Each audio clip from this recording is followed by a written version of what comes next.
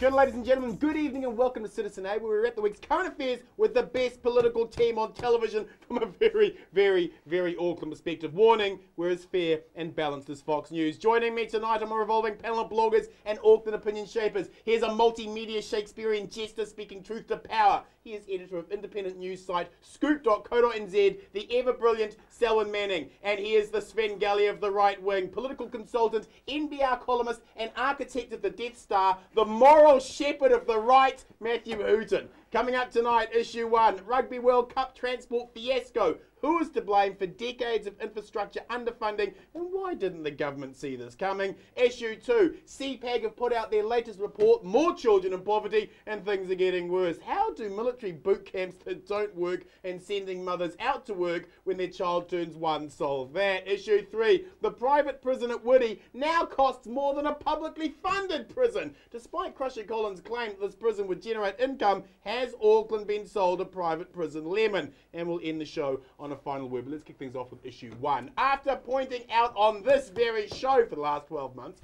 that public transport couldn't handle the Rugby World Cup and that 60,000 into 12,000 won't go, meaning the only thing on time in this fiasco is the I Told You So Express, the train company weren't even asked to put on any extra trains on Friday. Who was to blame? Selwyn. National were told 20 months ago that public transport couldn't cope with the Rugby World Cup, and National stacked the waterfront and transport committees with their own appointees when they ran through the super city. This is the National Party's fault, isn't it? There are two issues that are running here. One is the management of that problem, management of the whole transport system, events management, and there's governance. You have to look at it from that point of view. The governance aspects and the problems there do rest with Murray McCully and the cabinet. They do also rest in part with the council mayoralty. And it seems like one side of that equation is kind of faced up to that, and to a degree we've seen McCully kind of go soft-er over the last 24 hours. But the problem does lie in, I think, that Murray McCully once again has taken his finger off the 8 ball, taken his finger off the trigger here, in a sense, at the wrong time. Explain. Well, from the point of view of he has been sitting there and he has been making a big issue of the Rugby World Cup, doing his job in the sense of promotion. But like we know, governance is all about making sure the resources and the plan is going to actually be implemented by the managers of such things. You can't forget too that Murray McCully, the national-led cabinet, and also the ACT Party have their man of choice actually there as the chief. That's right. You know, of the chair of the transport board there, Mark Ford. That's right. You know, this has the National Party and ACT's fingers all over it. Now, why has that gone wrong? It's too precious for them just to come out at the last thing and say, right, we're going to enact this new legislation we have here and actually take over this problem. Matthew, you have to feel for John Key's timing on this, don't you? 30 minutes after he smugly attacked critics of Party Central on Friday, downtown Auckland became a public safety hazard. How can John Key spend 3 years saying, come to Party Central, come to Party Central, come to Party Central, come to Party Central, come to Party Central, and when everyone comes to Party Central, blame Len Brown? Well, it could be worse, couldn't it? They could have had a party and no one showed up, right? And 200,000 people showed up, and the Cloud and the Heineken bar there, and I mean, it's fantastic. The viaduct was fantastic. The opening ceremony was fantastic. I think what went wrong was you had a whole lot of public transport advocates within the Auckland Council who thought, well, this will be an opportunity to get Aucklanders to use the train for the first time. And so they said, use the train, use the train, use the train. And for the first time, and Aucklanders don't like politicians, we don't like bureaucrats, and we don't like being told what to do by them, but we, for the very first time, Aucklanders said, we will do what we're told, we'll get the train. And of course, the system was overloaded. And actually, if the bureaucrats had just said nothing, we would have all managed to get to the game in the waterfront perfectly competently. You know, 48,000 of us go to a Tri-Nations test. There's never a problem. Well, there were problems at the Tri-Nations. Well, there's the odd ones. Again, with the public transport. 70,000 people do round the bays each year, and then they have to get back to the start line where their cars are. 250,000 attend Christmas in the Park and the Domain, and everything. If they get there and out properly. So the problem was over promotion of public transport, and the fact of the matter is, because of 50 years of neglect, Auckland does not have a public transport Exactly. system. It has a third world Yes. The other backward thing too, system, and if you promote something, you've got to have the system. Absolutely. The Absolutely. other problem Absolutely. here, though, clearly is from the governance point of view that there was not the allocated amounts of resource to go across to contract the contractor to actually provide trains of the numbers that we actually needed the to whole- get out. the whole Or proposition- buses. There were 33 Yeah. buses, for goodness sake, as Duncan Garner pointed out on 3 News this morning.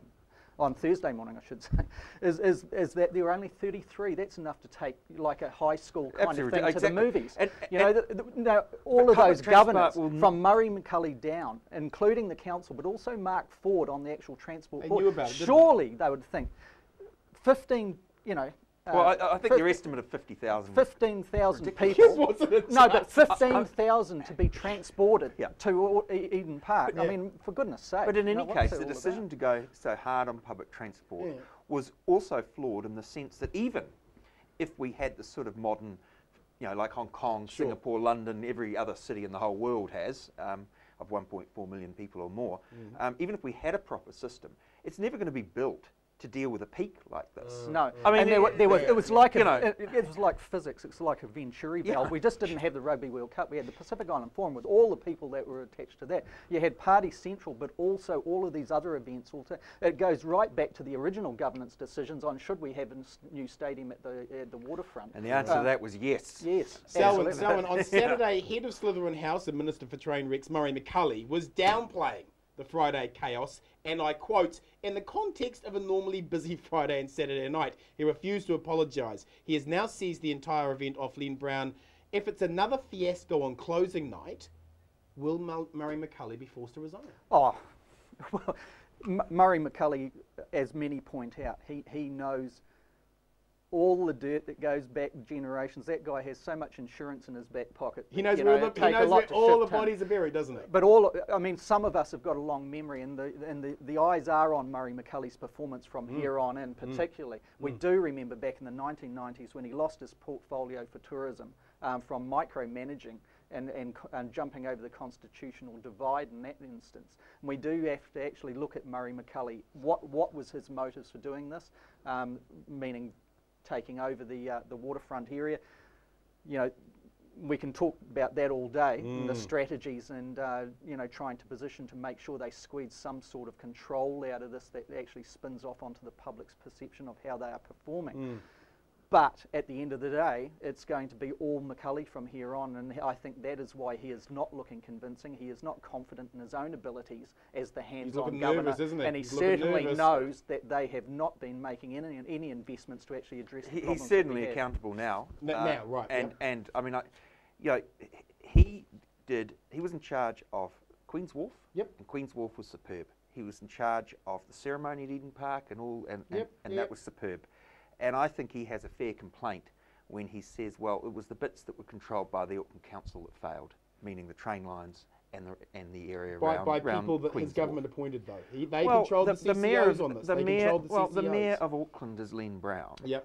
And the council is predominantly centre-left. I mean, But very powerless over those CCOs, Matt. Very, very, very, well, very no, powerless over those ultimately the council Well, is, they are is in charge. powerless over the CCOs. Well, I mean, Mark Ford is in there for a job, to do a job. That's right. Where was Mark Ford on this, Well, apart from look, putting out a look, report? let's I don't talk about understand that. why he let, as I said, why did they let the Auckland Transport PR department get out of control and make promises that are ludicrous? I bet at the London Olympics, they're not going to rely on the underground to get people around London because mean, it's not built Once for again, a peak like if we that. look back at Mark Ford is a competent CEO. We've seen him with Watercare over, Yep. you know, over a decade, going right back into the early 90s. What went wrong on this? And it's not good enough for him and his team to then displace a report trying to analyse what the actual provider of the transport service was doing and what went wrong at that level. It went wrong at the governance level. Although you got to say they're incompetent too. Right, I mean, They were paid to do it's a French 15,000 people to It's a shuffle them out. It's a That's what they were paid It's a to French do. company with British management. And you're thinking, I mean, and look, and this thing, oh, Well, well, once again, who were they actually, Well, you know, given that job? But what about this incredible thing? Ford, Oh, well, okay. people press the emergency button and it stopped the train. Well, actually, there are jobs. It's a rugby game. There are going to be people who do that. And I get. Where's the guess what? security? In London, no, it's not that. In London, they have yobs. We saw Right. that a month Yeah, ago. yeah. You can't stop an underground train. In Hong Kong, someone can't press a button and stop the train. Yeah. Why do we have trains where passengers can just press a button like that and stop? You it? know, It's I'd ridiculous. say just about everyone watching this would be able to say to themselves, I could have done a better job than Yeah, all of yeah, these yeah, professionals yeah, that are yeah, getting yeah. paid in some That's cases right. over $1 million to That's do their right. job. You know, Matthew, 33 Len buses. Len 33 Brown buses. has It's been pathetic. bitch slapped by the government, hasn't he? Is Len too weak for the job? Oh, Len's a fairly popular mayor in Auckland. He talks sort of street language, which appeals to his voting base. But He's too weak for the job, isn't he? look, isn't I he? wouldn't want to say anything unkind about the mayor. He's just Too weak for he's the newly job. elected, and unfortunately, his council failed in this circumstance. He can't stand up. He can't stand up to central government. He's too weak, isn't he, for the job? There was more being communicated by what Len Brown did not say Well, on it national wasn't there television wasn't there just. than what he actually said. Yeah. Any other politician would probably get stuck in boots and all. Was he looking after Auckland's interests in that kind of response that he did there? Perhaps. The other thing is he too weak for the job? I actually think he's starting to actually display some sort of ownership over the mayoralty now. Yeah. It's taken a long time, but this was a real sideline attack from a smooth political operator, meaning McCulley, Yeah, who just took him knows out. his public relations strategies, yeah. and in behind that it was persuasive communication kind of strategies that he was putting in Question to both of you. Between June 1990 and June 2005, Auckland has contributed $7 billion in central government coffers from fuel tax, road user charges and motor vehicle fees, yet got back a mere $3 billion in transport-related expenditure. Wellington robs Auckland of transport infrastructure and then acts surprised when the infrastructure fails. While Joyce turns down our electrified rail loop, what's the point of a super city if National aren't listening? Why aren't they listening? I mean, I said earlier that Auckland obviously needs A stronger mayor. no, it obviously needs to have the sort of efficient rapid transit system you have in Hong Kong and so forth, right? And 50 years ago, decisions were made so that we didn't begin.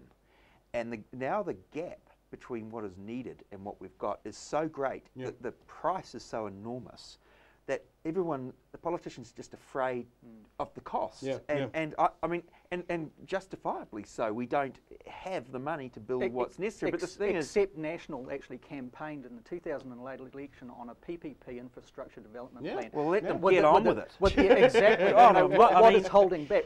Where's the reticence? Quick come from question to on both of you. Well- Now the Rugby World Cup is a National Party event. Does that legitimise it as a target for anti-government protest?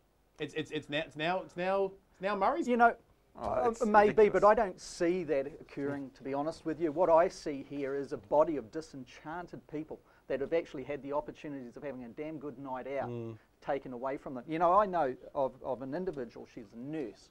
She was down there with her little kids and her husband. They were there to enjoy the afternoon and in the evening to get back home. She had to start at 5 a.m. in the next morning. She couldn't get on a train, so they waited for a bus. They waited until midnight for a bus to come along. The bus shut its doors. The guy locked it, said, that's all we're contracted to do, walked off. They had to walk home 15 kilometres. She had to then get up once they got home to go to work at 5 well, I'll 5 tell you what, p.m. this also happens on usually the Friday night before Christmas. If you're down on the viaduct, the Friday night before Christmas, you just Except cannot this was get home. bigger. And this was even who bigger, wins, right? Who loses in this fiasco? Who wins, who loses? Who are the winners, who are the losers?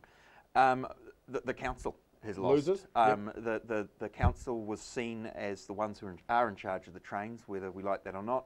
The parts that they were in charge of were the parts that failed. The parts the government was in charge of didn't fail. The government's now assertively stepped in, and the council looks weak. Well, it's a very optimistic reading. Who's the winner? Who's the loser? I think we all lose. Yeah. I think the country's reputation has been dented by this. International The other headlines thing picked is up. that Murray McCulley is not just responsible for 50% of this. He's in charge of the whole thing from a cabinet point of view. He cannot then say, no, that's all the council's problem on that side, and I did fine. It is not demarcated that way Well, when you look at it from the public Thank point of view. you, panel. Moving on. On to issue 2. Child Poverty Action Group have released another damning report on child poverty in New Zealand, pointing out that Labour's much lauded working for families didn't work for the families at the bottom. Middle class welfare has decimated beneficiaries, with 1/4 of all children in New Zealand living in poverty. So the academic research is pretty clear. Labour's policies left children of beneficiaries behind, and according to CPAG, the current policies are leaving them even further behind. Let's be honest, we don't really care about poor kids in this country, do we? Well, we need to, But we because don't, as do we we? saw Do in the we? 1990s, what it does is it ends up being a situation where we have overcrowded families in homes that are not capable of actually housing people in the right way. That spills out, if you look at it from an economic point of view, into blowouts in the health system, blowouts into social disorder, blowouts in all sorts of other core social portfolio areas. It's a no-brainer that we have to get these things right. Labor did neglect those areas, and I think what broke down there was that it had very, very poor representation at cabinet and at caucus level from the areas that do support Labor into getting into government, and that needed to be addressed. Those candidates did not feed back into policy development. That's true. They That's neglected true. their That's true. responsibility. Matthew, the punitive work makes you happy policies of Paula Bennett ultimately only values paid work. Yet, as Gareth Morgan has been pointing out for months now, unpaid work does have value, and modelling social programs on valuing only paid work is ultimately counterproductive. Who should look after a one-year-old? Its mother or the cheapest state provider? Well, in a perfect world, I think it'd be the family. But you know, our society's not like that. But you know, it's very easy to say, oh well, if only Labor had reversed the benefit cuts, these people would be living wonderful lives. I mean, the fact of the matter is, if you're on welfare, you are poor, and there's not any solution to that. You're poor if you're on welfare, because you're always going to be the lowest paid. Welfare is always going to be set below wages, and that's just a fact. And so Paula Bennett is right, and anyone's right. I mean, I think everyone agrees with this. The best way for kids not to be brought up in poverty is for their parents to work. Yeah, but that's not the whole answer here. This is an issue. Well, it is actually. No, it because isn't. there's no It is other not. conceivable answer other than for that. example, construction of housing has dropped off to very, very poor levels that are almost at record low levels in Auckland. The housing demand in Auckland is going up by the week, going up by the month. The totals are huge and they're staggering. The pressure on households is amazingly poor in the low socioeconomic areas. These are the core indicators that have been looking at by such things as the child. Yeah, the misery industry. You know, but look, no, it's not the misery Well, industry. that is This is the very reality. outside It range is to the say. misery These are the industry. realities Susan of the St. things John out and there. all these The other people, factor the is misery it's not a industry. benefit issue. It is one of actually allowing policy to actually drive up the abilities of someone to reach their potential. That is the key to Well, the it's interesting you politicians. mention That that. is their job. Do you wanna wipe your hands? Here's the first thing. You're doing a New, Pontus pilot? New Zealand, because of its economic reform program and because of reasonably good economic stewardship, you know, reasonably good over Under 20 Cullen, years, under Cullen. over 20 or 30 years, we actually do have lower unemployment here than most of the rest of the developed world. The impact of the global financial crisis has been less on us. That's how you tackle poverty. Yeah, I but mean, we're talking but about the other children here. Okay, so- we are talking about yeah. children. And guess what the Labor... I know we should get on to Yeah. working for families, which was a fundamentally evil policy of the Labor Party. But guess the latest Labor Party policy is to say that schools in poor areas don't have to do national standards. It'll just be a middle class thing. Wonderful. Isn't that a You know, wonderful you idea? mentioned national So standards. I think a the great, poor kids, a great- are going to go because once again the Labor Party has capitulated to its funders, the teacher unions, and because it does not want any possibility a policy could be put in place that one day could be used to measure Yeah, teachers. I think the And National so Party guess should what? put its money where its mouth is, So- though, institute national standards for actual degrees of opportunity for children. Rather to than actually yeah. put in place a minister that's But responsible the for idea children. of the Labour's these big type- solution, big policy announcement this week Yeah. is, oh well, you know, we won't even measure kids in poor schools. Yeah. How is you that have going a to help those? sympathetic ear on that. So, minister. so Ridiculous. Yes. Gareth Morgan's big kahuna idea bases increased welfare spending on taxing the rich much more effectively than we currently are. Is New Zealand facing the same type of corporate and elite resistance to tax increases that saw the Tea Party movement and Republican Party hold the planet to ransom so that the top 1% didn't have to pay more tax? Or maybe, but I think what is happening there is Gareth Morgan is actually identifying a trend that we're seeing through the older economies in North Europe. You know, we're seeing this type of thing where those who are benefiting the most out of you know, their opportunities and low taxation at the higher income status kind of band they are actually talking the same talk that Gareth Morgan is Right. doing. It's a debate that has started here in New Zealand. He's spearheading it, and it'll be interesting to see where it goes. Obviously, it's not the sole answer to addressing poverty with children. I think there are kind of areas where Labor neglected increasing the housing stock in this area. I see housing as being fundamental policy that has impacts in all other areas. You know, even when you look at the migration of low socioeconomic families around, children, for example, in Manurewa, many start at a school, and that class that starts at the school is not one child left at the end of that year that started, if I'm explaining Matthew, it right. the knee-jerk redneck talkback meme is that if throwing money at the problem solved it, then we would have solved it because we've thrown so much money at welfare.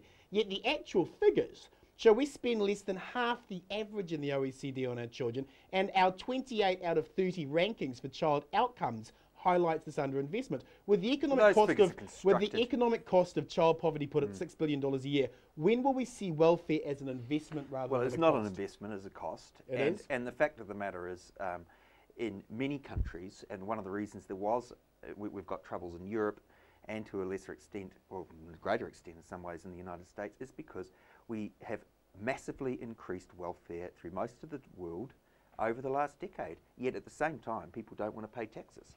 Well, the top 1% don't want to. Well, no, if you look at the fundamental cause of the problem. Okay, well, okay. No, but here's the thing, let's go to the important thing that Gareth Morgan's saying, and there might be, is if you're going to have a tax and welfare system, you should tax wealthier people to give money to poorer people. That's what it's meant to do. Under the Labor Party's evil Working for Families program, I mean, excluded the most poor. It took money off the middle class. Remember, they defined people earning $60,000 a year as rich, so they were taxed at the top rate.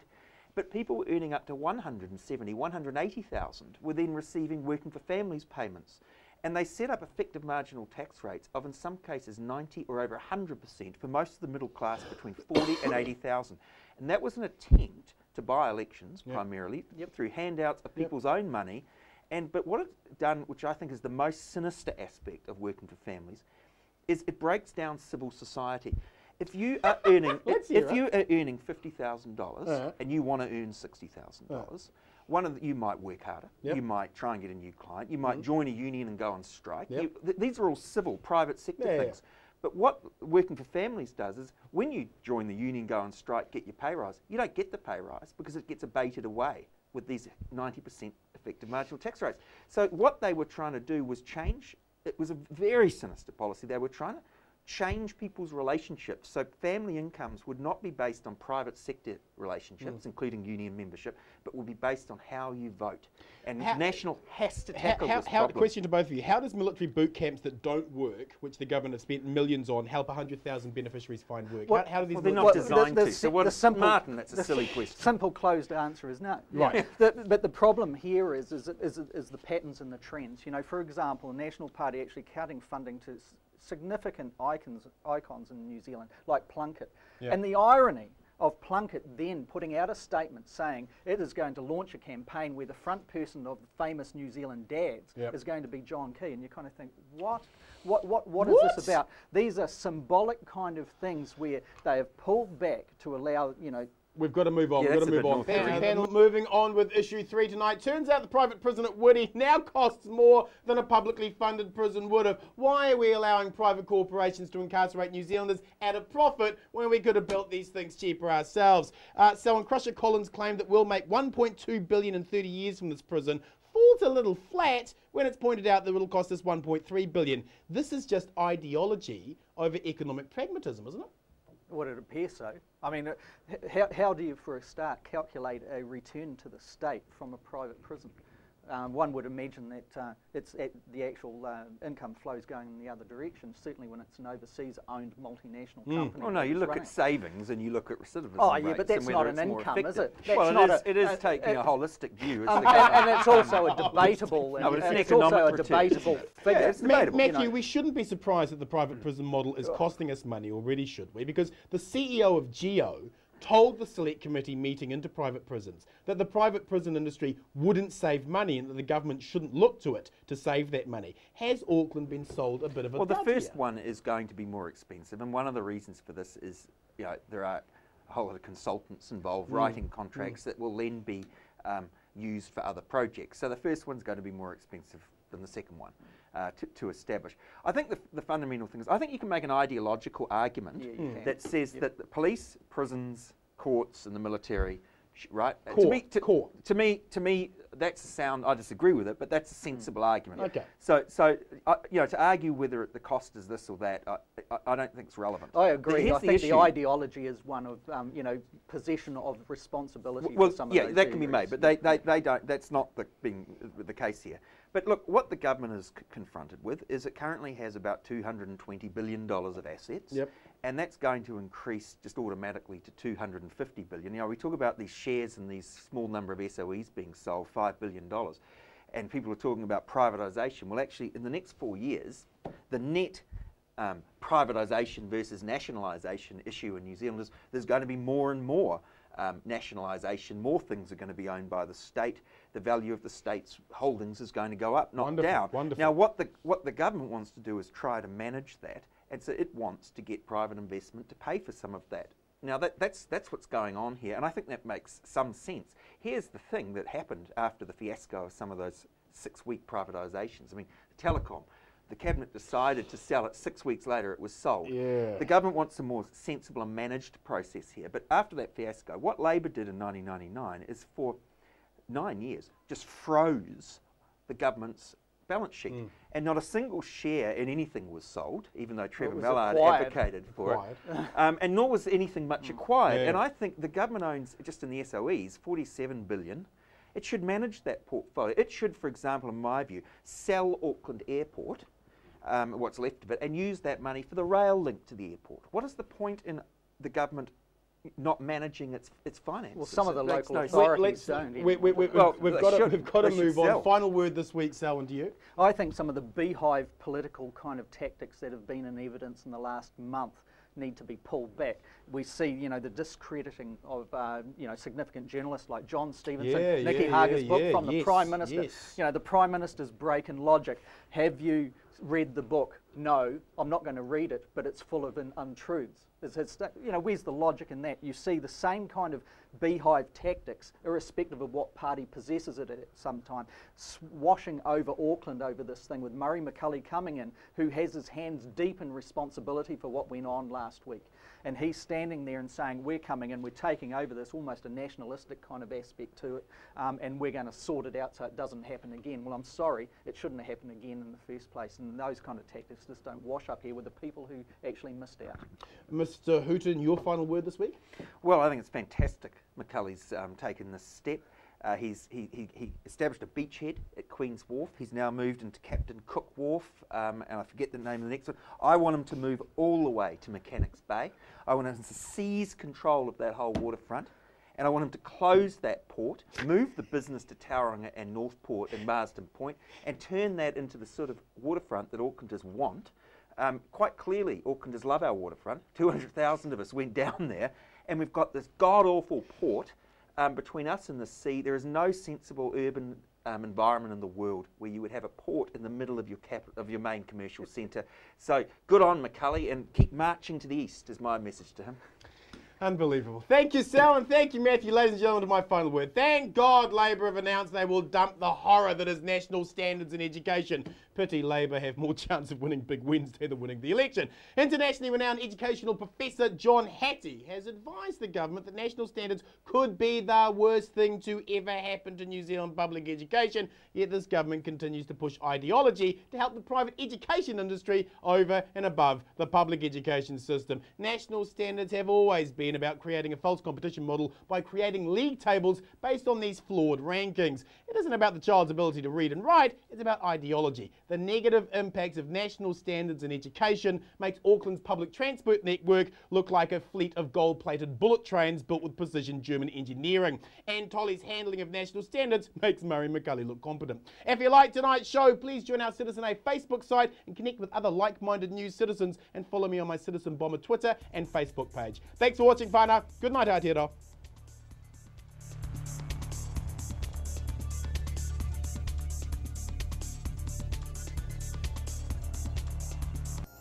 Supporting local content so you can see more of New Zealand on air.